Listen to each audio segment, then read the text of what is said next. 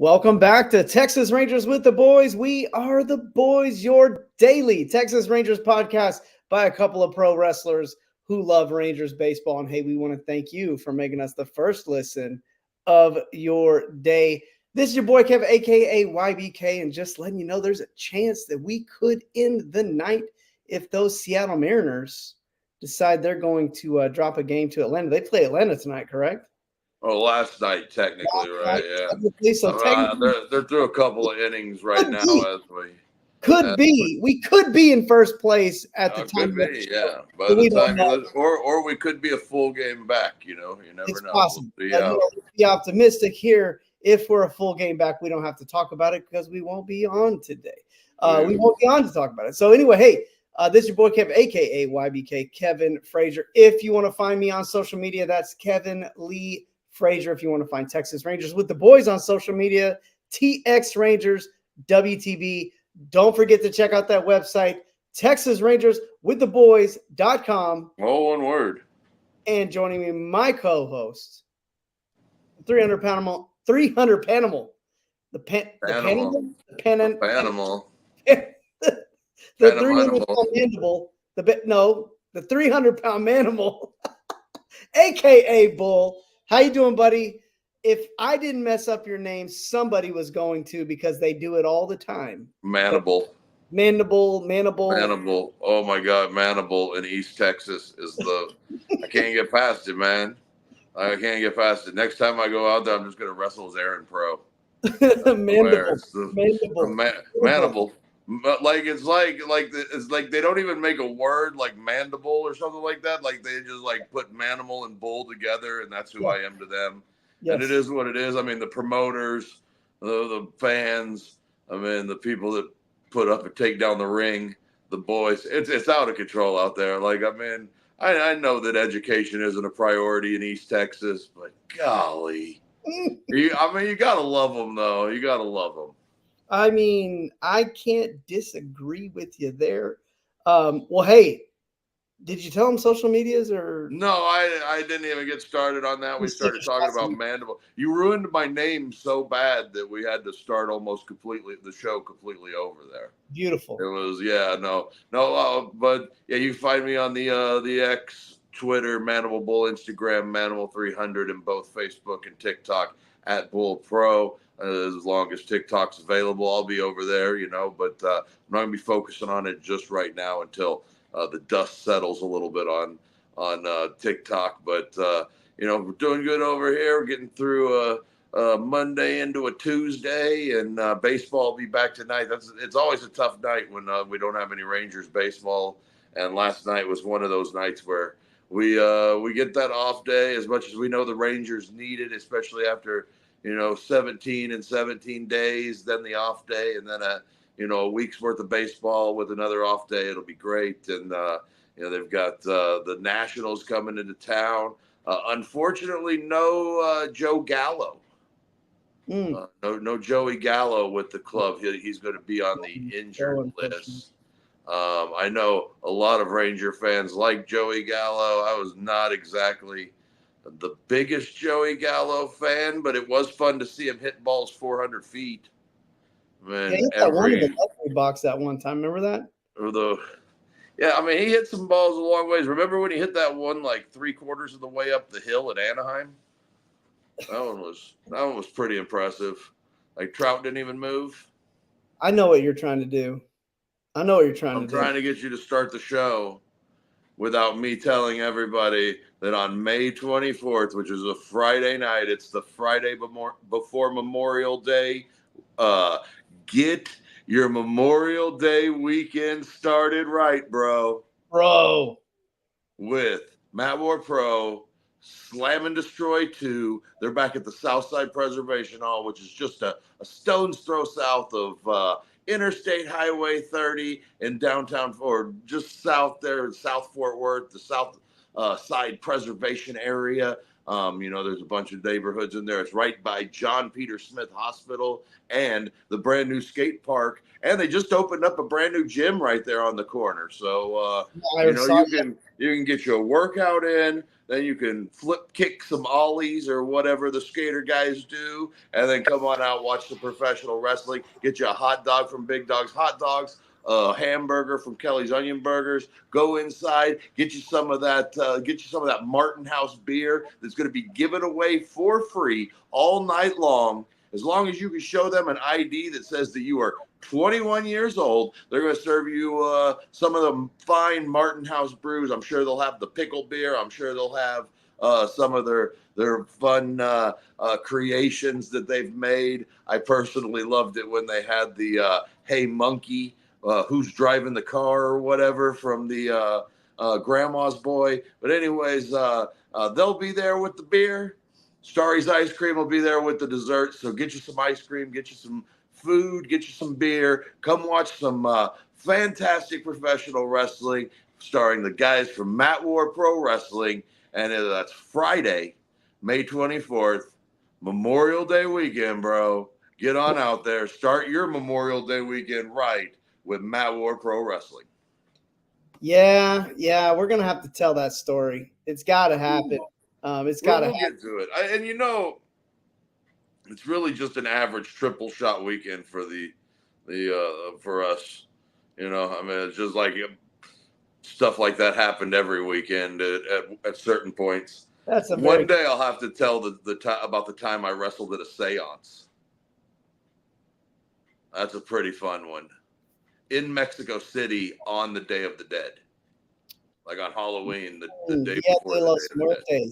Yeah, it was intense. It was intense.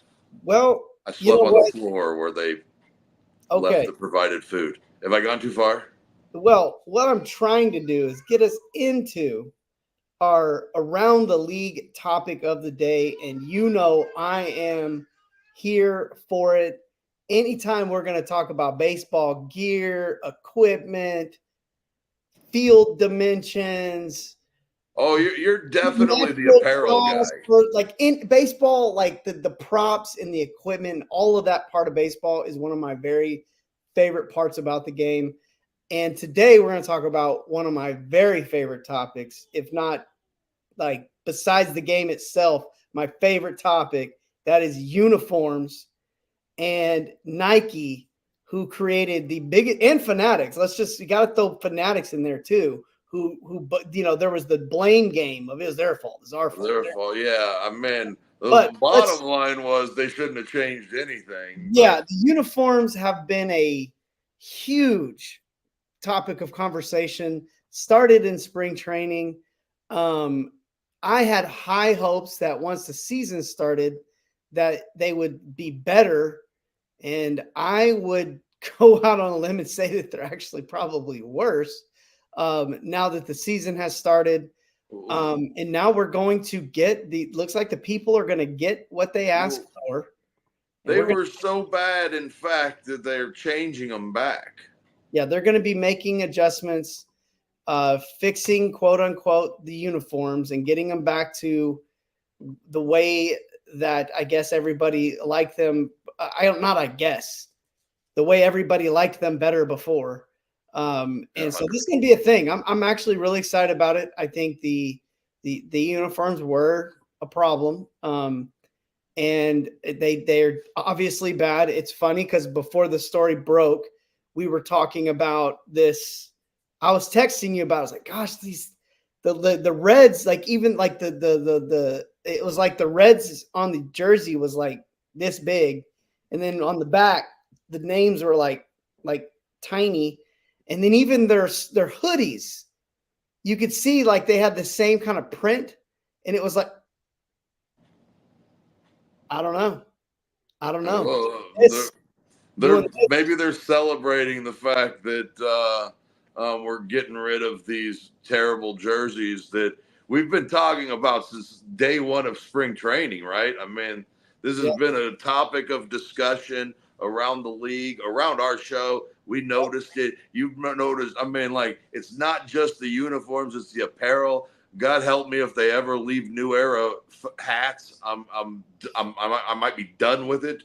No, I'm just kidding. I mean, I'm gonna love baseball, but I mean, Majestic did such a good job. They always had such a fine product when it came to not just the uniforms, but the apparel that came along with Texas Rangers baseball. And ever since Nike has taken over, I mean, I've bought several T-shirts that I've worn maybe a handful of times, and they're not wearable anymore after being washed a handful of times. I You mean, bring up a the good point. product. I bought a playoff T-shirt or a playoff T-shirt last year. I bought it in my normal size. And of course, like you're at the stadium, you can't like try it on. You're not going to take it back to the stadium because it's like playoff apparel. You're not going to be able to like Yeah, only playoff that's games. that's the idea, right? That you Right, buy like, it, you're gonna. man, I put that thing on and it was like, I was like, come on, I can't even wear this. I know, and then think about that. I mean, you're a normal size guy. I'm a big fat guy, so like when you're I mean, I need my shirts to like kind of try and hide my atrociousness. I mean, yeah, I would say that's your lovableness. Oh, well, fair. Okay. Some say atrociousness, some say lovableness, but tomato, I would say. Right, But okay. seriously, I mean, back to the product. I mean, when you're buying bootleg championship apparel because it fits right, I mean, that says a lot about the product because you know me and you know me for 20 plus years now. I have absolutely no problem spending money on things that I like to do or I like or I want. I agree. So for me to look at Fanatics and say, I don't want any of this, I mean, like it goes a long ways. And like I said, I mean, the shirt I'm wearing right now, that's a championship shirt, is a bootleg shirt that, I mean, I'm completely happy with it because every time I put it on, it fits the exact same way. And that's not the case with the new Fanatic stuff. And it goes back to when they changed over to Nike, a couple of years ago. And this year you could tell with the uniform that it's become a problem within everything. So we'll see what happens when they go back. They're changing the lettering back to bigger lettering. I don't know why you would have changed that in the first place. I don't know what the point of that would be. Doesn't make sense, right? It's funny. I said off air that I think, it's probably wasn't for cost cutting purposes, like that. But the more I put two and two together, okay, like the more I put two and two together, I really think, okay, material that's see-through means it's not as thick. Material that doesn't wick sweat as well, which we saw the other night. Oh, between Dane Dunning and old Abbott for the Reds, I mean, you could have wrung both of those out and filtered that into water for the teams. Yeah, so the sweat wicking's not as good. The tailoring's not as good. The lettering is smaller, which means less fabric needed. Like it really is starting, the more I think about it, it really sounds like Nike went cheap. Well, and it's so not Nike to do that. But at the same time, when you look at the jerseys and how much they were charging for them, and they wanted $400+ for a Texas City Connect jersey. I mean, if I'm going to pay $400 for a jersey, it needs to fit me right for the rest of my life. I mean, unless I do something about it that puts me in a position. And with like a season like the Rangers had last year, to like, for me, it's like I have a jersey that that should be one. I mean, I'm not a jersey, but a t-shirt that like I would like to wear until it's like worn. You know what I mean? Like worn. Yeah, I want to wear that thing out. I want to wear it to the gym. I want to wear it to games. I want to wear it to. I can't wear that thing, man. I'm gonna have to go get it tailored. Like, oh yeah, I will a couple of years ago. My size, like it's a large. Like that's what I wear in everything. And so and on top of that, I mean, they're more expensive than they've ever been in everything, whether it be T-shirts, whether it be jerseys, whether it be hats, and the only thing that seems to fit the same way are the hats. Well, yeah, you can't. new era. You can't fault them too much. Well, they're all handmade, and yeah, you can't fault New Era. They're doing a good job with it. Eventually they'll become mega quadrillionaires and probably start doing the same crap Nike's doing. But for now, we're good. But yeah, I mean, I think it's a good thing. We're stuck this year though. There ain't no. This is what we got. I mean, they're not going to take out last year's uniforms and start wearing those. You'd like to think that they don't. I don't know. Do they? I mean, it's pro baseball. Do they wear the same jersey? I don't think so. I don't think they have I think they're new uniforms every game. Well, they probably made all those uniforms pre-made them. They're all probably already made and all that stuff. So Well, I don't know about that because remember the Rangers couldn't use their City Connect jerseys in their first home Friday night game because they weren't ready yet. Holy moly. Oh yeah, so that's been another problem with Nike is not having the product to the teams in time. I will say this, that Tampa Bay Rays, the new City Connect, them and the Mets, both of those are good looks. I know the Mets have more meaning or whatever as far as the club, but they have, a longer franchise history. And the Devil Rays, I mean, give me a Devil Ray doing a kick flip on a skateboard and you got me. Sold. I like the dark gray. We'll have to see how they look on, but Tampa, I really like Tampa's powder blue look. Like whether it's on the road or at home, their powder blue look with the powder blues, and it's not like a super navy top. Yeah, and it's not an over the top blue. And they wear the white pants or the gray pants with the navy hat with that little yellow, whatever that thing is. The ray. That's the ray of sunshine. Okay, well, it's a nice look. I like that look. But so yeah, we're gonna get new jerseys next year. I wonder what it means to go back to the old jerseys. Like, what does that even mean? I guess it's the first thing is it admits that Nike's new idea is a failure. Right. That they did something different.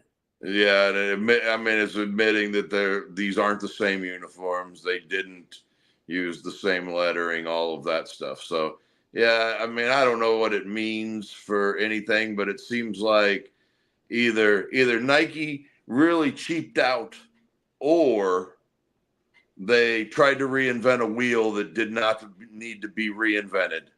And right. it's basically one of those two things. I lean towards the cheap route just because of, but if you want to give benefit of the doubt, why would you go back to a square wheel when you've got a round wheel that works so well? Perfectly fine. Well, yeah. Let's go ahead. Pivot. I'm excited. Honestly, we don't always we probably should ask our listeners a little bit more often what they think. But hey, give us some feedback. I got you guys in the fantasy chat. I got the fantasy chat. We got social media. Tell us what you think about the jersey situation. Are you excited? What are your takes? I mean, I would love to hear it because I bet there's going to be some funny takes that we can. Well, and other questions on the uniform and the jersey, the apparel, uniform, jerseys. Have you had the same problems that me and Kevin have had with apparel not fitting after a handful of washes, not fitting in the first place, being entirely too small? I mean, I bought a 3X sweatshirt the other day for a 3/4 zip. And I had to give it to my brother, who's like 2 full sizes smaller than that wears an extra large T-shirt, and he could barely fit the hoodie that I got. So, I mean, yeah, I got to imagine that it's not just us. It's not just, I'm not trying to buy 5X clothing. It goes up after it starts going up. Okay, well, Jersey talk has been fun. Yeah, pivot to Let's move on. baseball. Let's jump into some Rangers talk now, real quick. I didn't preview what we're going to talk about today, but we're going to talk a little bit about like Rangers April. Maybe give grades. That'd be fun. And then Maybe. if you want, we didn't talk about off air, but maybe give some grades or like how the team, how Or we, ratings as a whole, like maybe the infield, outfield, just something starting like pitching. that. We're going to talk about Max Scherzer a little bit here in a second, and then We're going to preview we're going to Washington, the Joey Gallo-less Washington Nationals. I don't think that hurts them just a ton. I don't think so. I don't think they're. This isn't the 2023 Nationals. Although we went to Washington last year right before the All-Star break and got our butts kicked by the young upstart Nationals. We like to go on the road and get our butt kicked by National League teams that weren't that good last year. Cincinnati, Washington, here we have them at home, back to back. When did Milwaukee? I mean, they were pretty good, but when did Milwaukee just drum us? Was it at home? It was right around the All-Star break too. It was right before that trade deadline. San Diego did it too. San Diego swept the Rangers last year on the road as well. Yeah. One good thing about April this year, there's no sweeps to talk about. Well, actually, there's no sweeps to talk about either way. The Rangers had no sweeps, and they didn't get swept for the whole month. Let's start though. Today, I mean, we're going to talk about it because that's the news of what's going on with the Rangers. Is Scherzer is going to make a rehab start tonight down in Corpus Christi. I imagine he'll be back with the club Wednesday and Thursday. And with it being Tuesday, he may make another rehab on Sunday, just every fifth day. And, I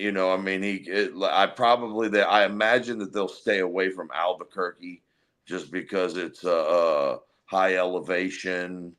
No need for him to go out there and throw pop-ups and have him end up not being able to get out of innings and get his up down.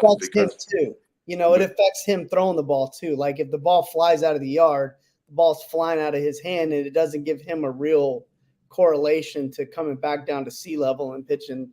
Well, and it's important for him to get up and down too, like to pitch innings. To if he's got 85 pitches, the idea is let's see if he can get at least 4, hopefully 5, maybe 6, depending on things. But you're getting up downs. You want him to pitch, then sit down. Then you want him to pitch, you want him to sit down. And you don't want it to be a thing where he's throwing 30, 35 pitches to get out of an inning because dudes are hitting pop-ups that are flying out of the yard.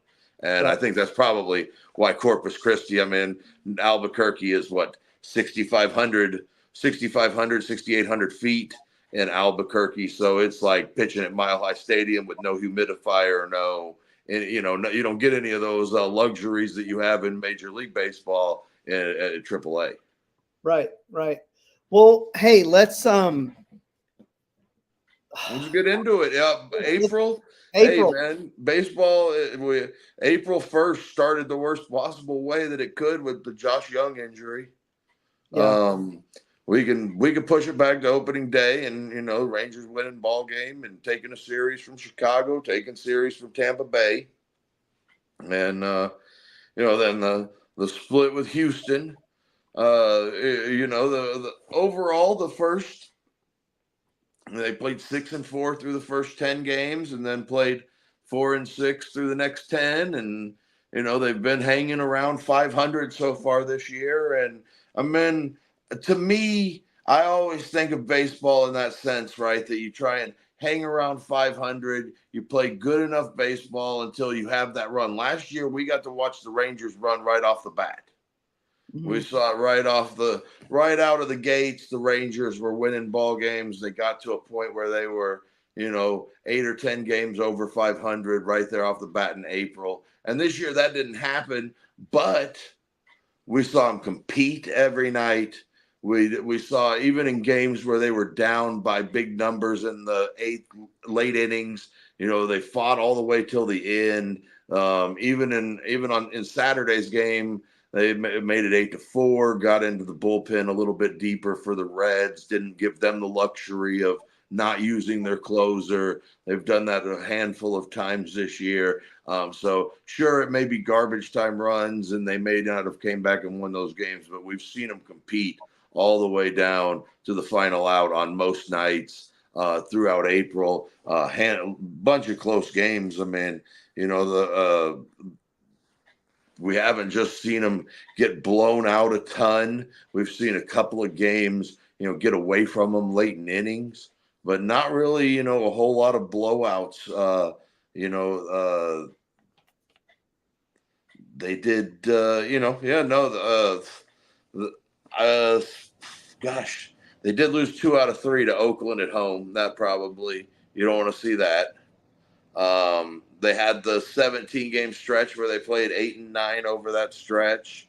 They had a 5-5 10-game road trip that had trips to Houston, Detroit, and Atlanta, which coming out of their 500, especially banged up. I mean, at one point using Jack Leiter as a spot start already in April.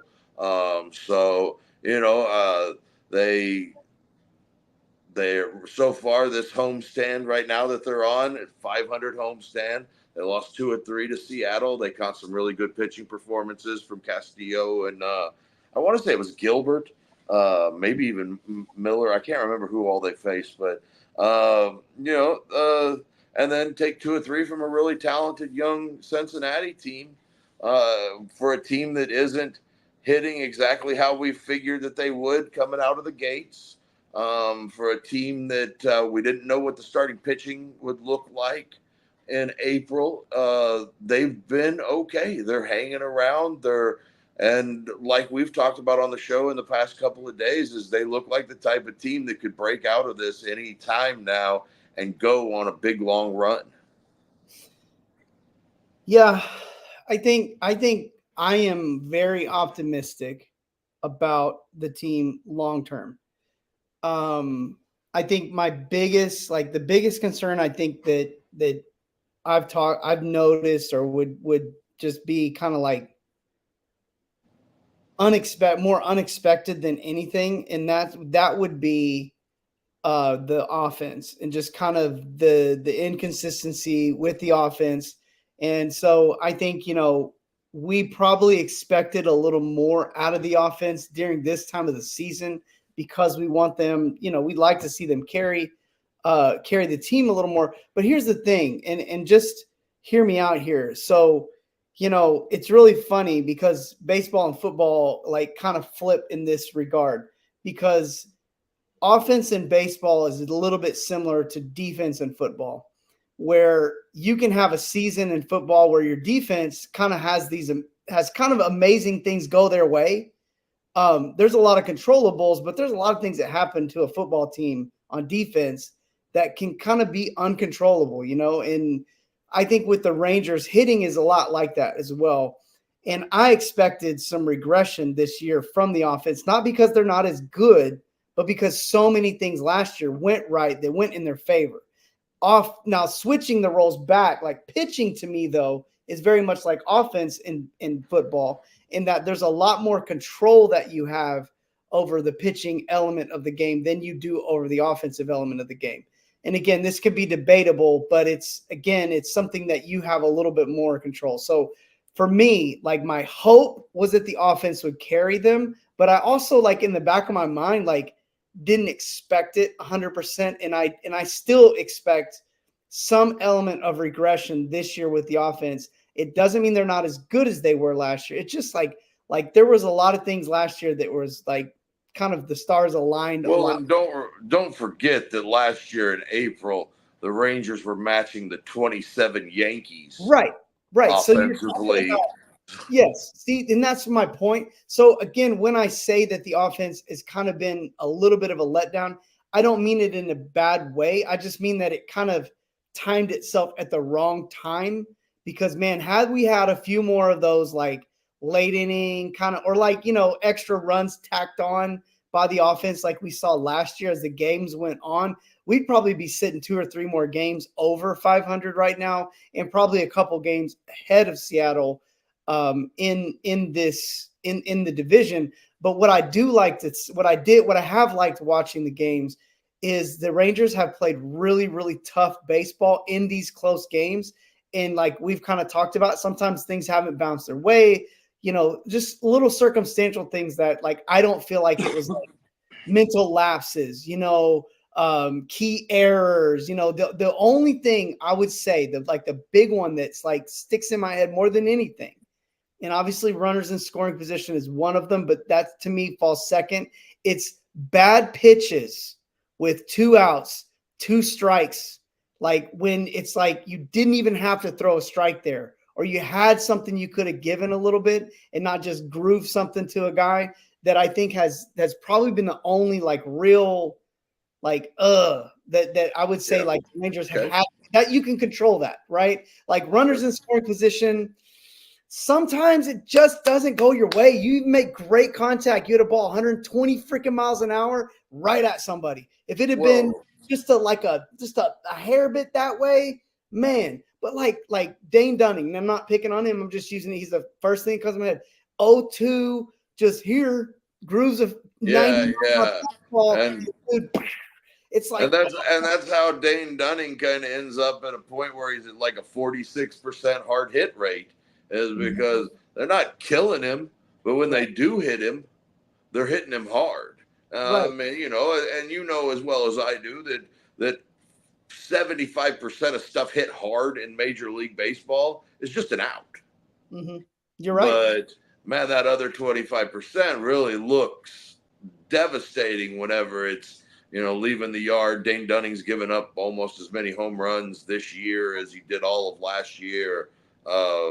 There's little things like that, but then we also look at his performance on Sunday and the 10 strikeouts over 5 1/3 innings and being able to get himself in a position to put the Rangers in a nice spot to win a ball game. So, there's been that, there's been the good, there's been the bad. I mean, I don't think anybody thought that the Rangers this year were going to come out and be the 27 Yankees again in April. That's a one-time thing. I mean, for any team to really do that, that's the Yankees, then the Rangers, and the Rangers only did it for a month and a half, 2 months at tops, where the Yankees put that together for a whole entire season. It's a hard thing to do.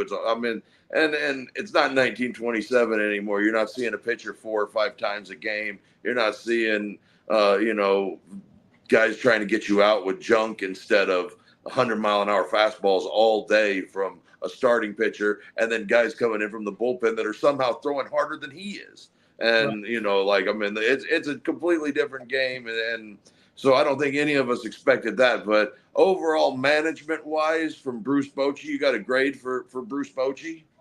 I got to give Bruce Bochy A+ because of like, if we don't have him, I really believe this thing could have been the wheels could have already fallen off. Completely off. But like, he seems to be making the right moves at the right time. He seems to understand his pitching staff better than probably anybody else does. He'll make moves he'll make a move one night and make a completely different move the other night. And sometimes they go good, sometimes they don't. Most of the time they do go really good. I think without Bruce Bochy, and we talked about this off season too. Like we were like, hey, no matter what's going on, we've had some questionable things going on this off season, but we got Bruce Bochy, and we can count on that to be a stabilizing factor. Bruce Bochy gets a solid A+ from me. Like, this team is lost without him. The way he's managed the young players on this team and kind of been able to pull strings with them has been really, really incredible. And I feel like he's like, and I don't mean this in a negative, but he just does not make emotional decisions. Like, everything seems to be tactical, thinking about the big picture. There's just and anytime he leaves a pitcher or something like that in for too long, it's because he trusts that pitcher, and he doesn't. He, like the other night with Lorenzen, he expected Lorenzen to go out there and get him a couple more outs before he went to the bullpen, and that didn't happen that night. But that doesn't mean that it's a mistake from. One second, I got to wake my dog BB up. He's having a nightmare. Oh. BB. BB. It's okay, Bubba. All right. He was having a nightmare. He was over there Here, going a little bit crazy. So I had to give him the old wake up call. yeah, Tails wagging, all is good. So BB he's doing okay now. But Bochy, yeah, I give him an A too. I don't know, A plus. That's tough for anybody. But yeah, somewhere between an A plus probably. What, like a 95, 96, something like that on the scale, but he's been the stable, calming force that he's always been, not just as a Rangers manager, but San Francisco, San Diego, everywhere he's been. It doesn't ever seem like the stage is too big for him and that he doesn't have the right move in his back pocket. Even when he doesn't make the right move, it was the right move. It just didn't work out the way that you wanted it to that night. Mm-hmm. Yeah. Well, What do you want? Let me kick it over to you. All right. How do you feel about? Let's go with the position. I guess position players. The way we call it. You want to do infield, outfield, catcher. You want to how you want to do that? What do you think? Let's keep catcher on the infield. So let's just go infield. Okay, infield. Overall, I don't think the infield has been too terrible. The Josh Young injury is really painful in my opinion because, like we talked about yesterday, the ball was coming off of his bat different this year early in the season. He was a lot of power in his at bats that we saw early on. So that hurts quite a bit. But Josh Smith has been steady over there at third base. He's earned the right to play over there. Corey Seager has been great defensively. Offensively, it hasn't quite come around just yet, but it's April. I'm not extremely worried about Corey Seager. Marcus Semien has been Marcus Semien. No slow start this year. He's been steady over there at second base. He's come through at times where the Rangers have needed him. I think he's collected somewhere around 2 WAR already through the month of April. So, Simeon's been great. They got a little bit of good from Jared Walsh, quite a bit of bad.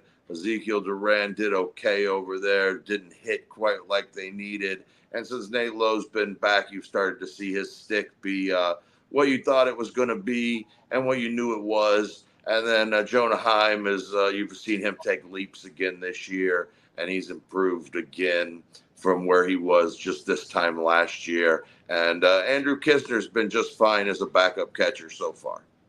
Okay. As far as a grade, probably like a B minus. We're going to need more offense from the middle. We're going to need to see Lowe, and we got to get Young back. But Smith, like I said, he's been a nice guiding force there to kind of keep things rolling the way they needed to. Yeah, I think you're being super nice with these guys. I can't give them any higher. The only reason I give them the grade I'm going to give them is because of Josh Smith. And maybe the defensive element has been pretty good. But like I got to give them C plus-ish because Semien and Seager have to produce. There's 475 million reasons why those guys have to produce. It's not Josh Young's fault he got hurt. So I'm not like grading him down because he got hurt, but he got hurt. And so that takes production away. Jared Walsh was nice for a second, like literally a second. Getting Nate Lowe back, I think, is going to help.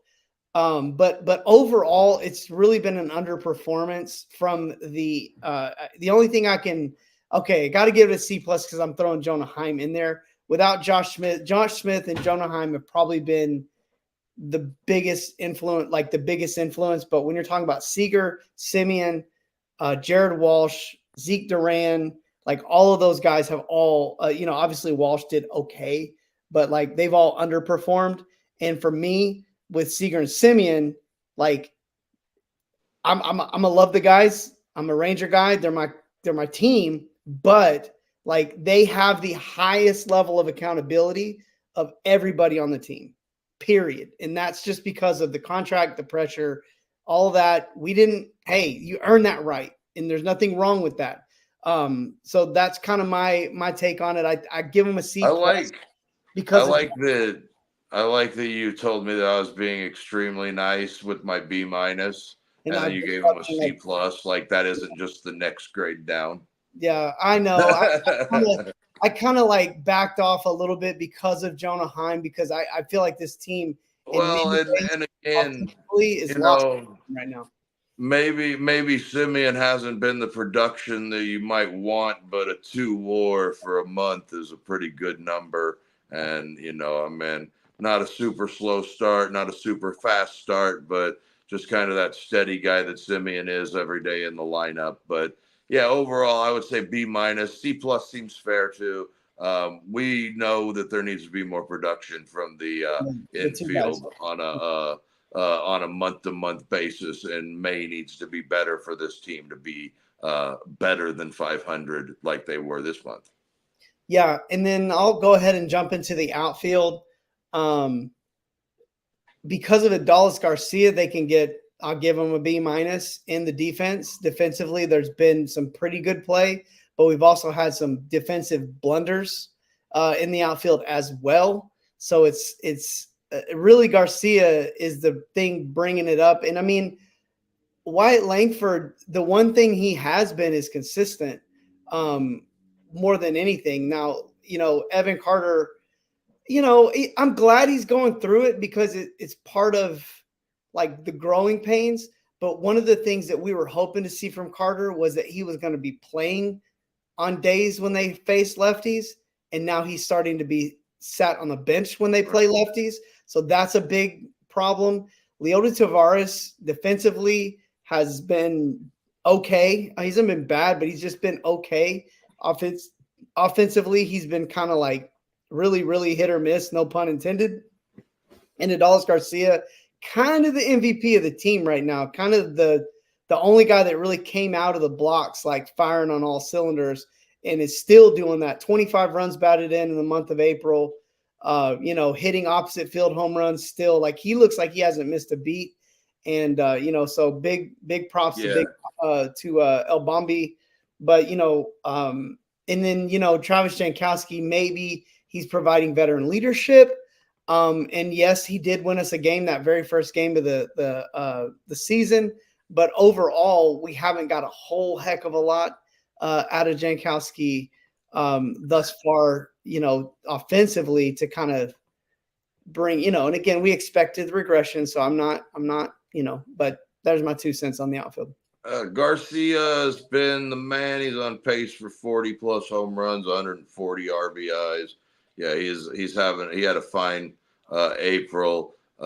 Carried the team a lot of the time offensively. Evan Carter, kind of a slow start hitting wise, but he's continued to get on base. He's played good defense in left field. He has struggled a little bit with his defense in right field. If you ask me, I think he's more suited for left or center. And then Leody Tavares, you're seeing him hit the ball hard. You're seeing him not hit it right at guys right at the moment. You'd like to see that change a little bit. Defensively, maybe a mishap here or there, but I think overall he's been pretty decent out there. The backups, Langford's played good defense when they've asked him to play out in left field. I think, him and Carter are going through growing pains, but like we talked about with Bochy, he knows what he's got in those two guys. He knows what he wants out of them, and he's going to see it, and he's going to keep going with it because there's no one really that's going to take their spots, and there's no one down below that's on the verge of taking over or anything like that. So you grow with them a little bit, and you hope that the rest of the lineup kind of takes the pressure off of them a little bit. And for a 500 team, they have, but for this team to be better than 500, they're going to need more out of Carter and Langford going forward. Jankowski is what he is. I don't hate Jankowski. I don't love Jankowski. I don't, could that money have been spent differently in the offseason, sure, but I don't. I think he earned a contract the way he played last year. And then, you can see Zeke or Josh Smith out in the outfield at some point this season too, if need be. If one of those guys gets on a heater or something, or if Josh Smith is losing at bats somewhere else, you might see him move out to the outfield and get at bats. But overall, yeah, somewhere around a B minus, something like that for the outfield. It's been okay. It's been,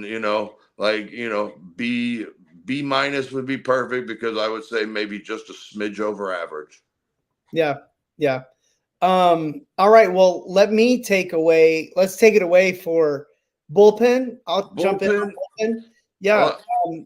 I'll start on the bullpen here if you don't mind, No, go because for it. I think it's been surprisingly good. I think they found pieces. They found guys in this bullpen that are going to get outs for them. They've been able to, kind of look at what they have, and the back end is starting to shore up with Leclerc being a little bit more stable at the end of the month. But then at the same time, Yates and Robertson have been locked down back there. Jacob Latz is getting more high pressure situations because he's been good and he's deserved it. They're kind of finding out that Cole Winn might be a piece that's going to get outs for him out of this bullpen. And then they've got they've gotten really good work from Jose Urena as the long man. Not a whole lot of complaints. I mean, there's guys that didn't do well. Yeri didn't do well, and he's not on the club anymore. I can't remember who all has been up and down. Grant Anderson has had better days up and, but he wasn't, when called upon, he did what he needed to do a couple of times too.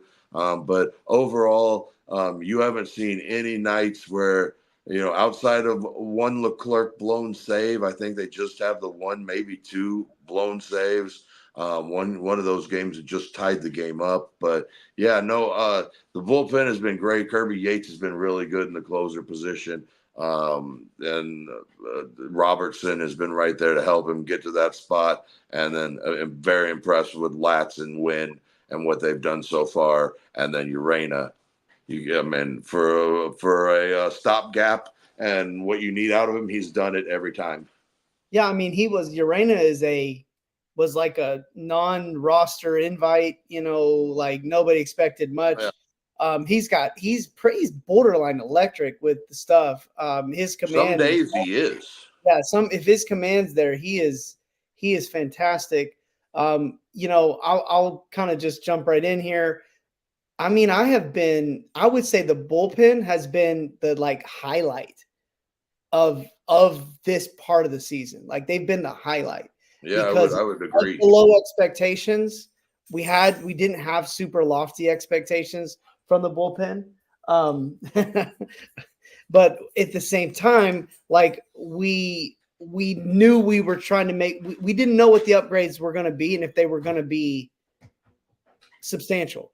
I'll say one thing. If this turns out to be one of those seasons where Rangers make a deep run, blah, blah, blah, blah, and if there's any magic that comes out of this season, David Robertson is a Ranger for life. I mean, already he's like 50, so. I mean, he's a guy that automatically endeared himself to me as a Ranger fan right off the bat. Has just, I don't know, man, guys like that seem to stabilize a young team. And I think he's been a stabilizing force, and I would be willing to bet he's had just as much of an impact on the bullpen and on the pitching staff as Max Scherzer or Jacob deGrom or even Mike Maddox. This guy has been phenomenal from the very get-go, attitude-wise, the competitiveness, his tenacity, just professional, man. Kirby Yates, I mean, kind of a reclamation project. Kirby Yates, I think if he has two really good seasons with the Rangers, he could be a guy that could be up for another nice little contract as a closer going forward. So big props to him. Two great signings for very little revenue from Chris Young on this. Yeah. Leclerc, we've already talked about him a little bit. It's a kind of the jury's still out, which is crazy as long as he's been pitching for the Rangers. And as much as we saw last year from him, like it's good, and but the Spores but injury. I forgot to talk about Spores. I don't. yeah, the jury's Little still bit out. of injury. Yeah, the jury's still out on. I'll kick it back to you for Spores here in a sec. The jury's still out on Leclerc, and then when you talk about Latz, like what a great like addition he's been. Like the guys that are on that other side of the bullpen, like they're not your best guys, so you don't have the same level of expectations. But to see some of the stuff that we've seen from him, to see like Cole Winn, are you kidding me? So I do expect, to be honest, not to be a Debbie Downer, I do expect to see a little regression from the bullpen at some point. But for right now, they have been a huge bright spot for the team. And probably like as far as like grade, I got to give them an A. Like I can't go as far as A plus. Yeah, I give him an A too. Yeah, I don't know what we'd do without him. And one of the reasons why I don't know that the regression will be as vast as you're thinking here is because as starting pitching gets better, you're going to start moving good starting pitching into your bullpen. Mm-hmm. And that's going to give those bullpen guys, an opportunity to find their roles with the starting pitchers moving back in there. And it's going to give them even more depth, like we just talked about last night with the organizational depth. That's just going to make this team deeper. And Heaney, Dunning, Gray, those three guys could be in the bullpen by the end of the season. And that makes your bullpen a lot better. So I give them an A for April, not like an A as in April, A for April, but an A for the month of April. And starting pitching, I'm going to let you start there. I'll finish up. We got to get going quick because we're running out of time here. We got to get done here in the next couple of minutes. Well, I'll give you a quick on the starting pitching. I got to go C. There have been ups. There have been ups and downs with the starting pitching. Just hasn't been consistent. I don't know how I can go much higher than a C. We've seen some good and we've seen some not so good from everybody through there. I think Nate Eovaldi's probably been the highlight of the starting pitching, even when he's bad.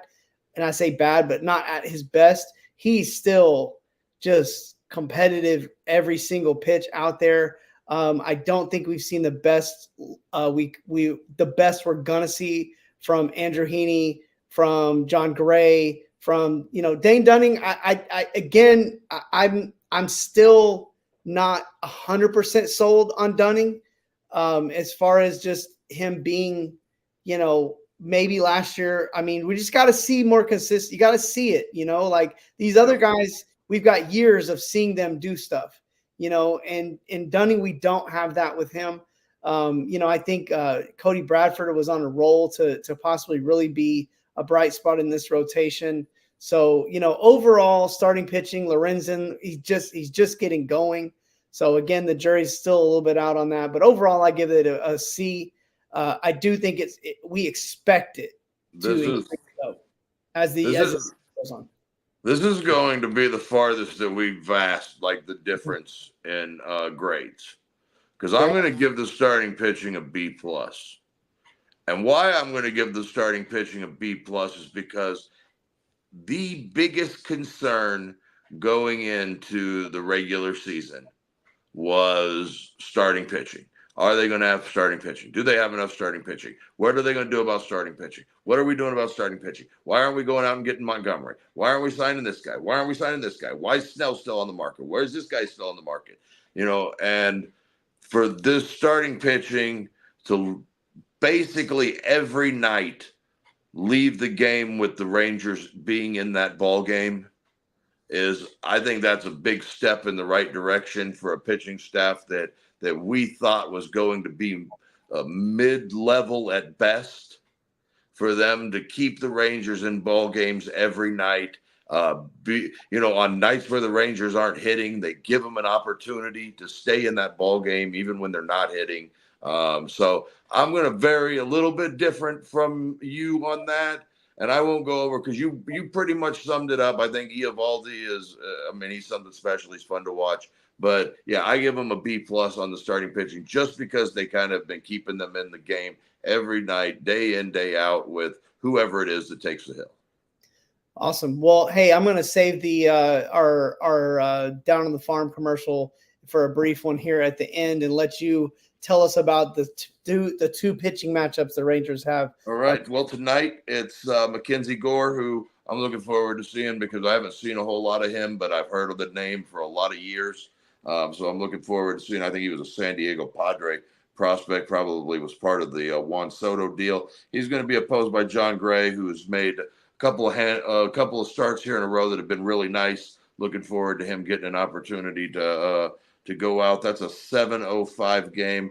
Bally Sports Southwest for the TV, and I'll give you here Wednesday afternoon. We'll be back Thursday morning to talk about this game right here. But you've got Andrew Heaney opposed by, is it Trevor Williams? I want to say it's Trevor Williams. Trevor Williams is having a good year so far. He's 2-0 with a 2.70 ERA.